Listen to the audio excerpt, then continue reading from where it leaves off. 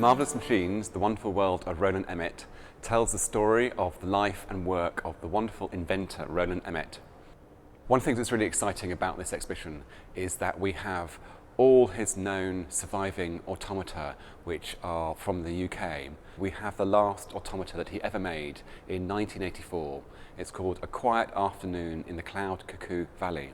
And this is the first time it's been seen in public for over 20 years. We've also got a huge range of his cartoons and drawings. Rowland Emett grew up in Birmingham. His family moved to Birmingham just before the First World War, and he went to the School of Art in Margaret Street. And when he left the school, he went to work in local industries. Like many artists, he worked in the design offices, and he worked for Turner Brothers and Civita Smiths. And when he was there, he decided to submit some cartoons to Punch magazine because a colleague at Turner Brothers had sent an article which they'd published. And his cartoons were eventually accepted by Punch magazine.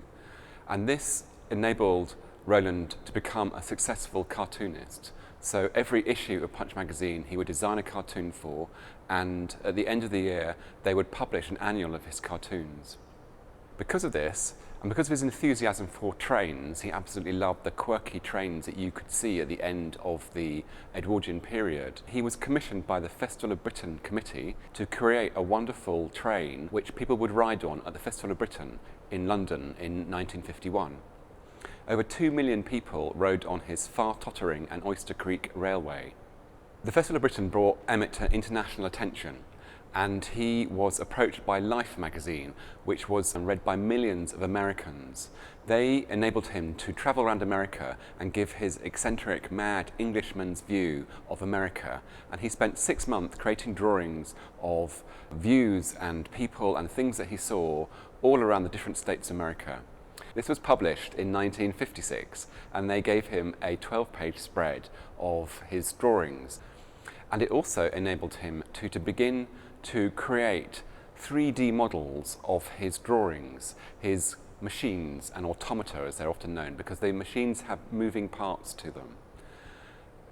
These machines were often commissioned by companies as their advertising material, and he worked for, in the 1960s and 1970s, a number of companies, including companies based in Birmingham, such as Slumberland.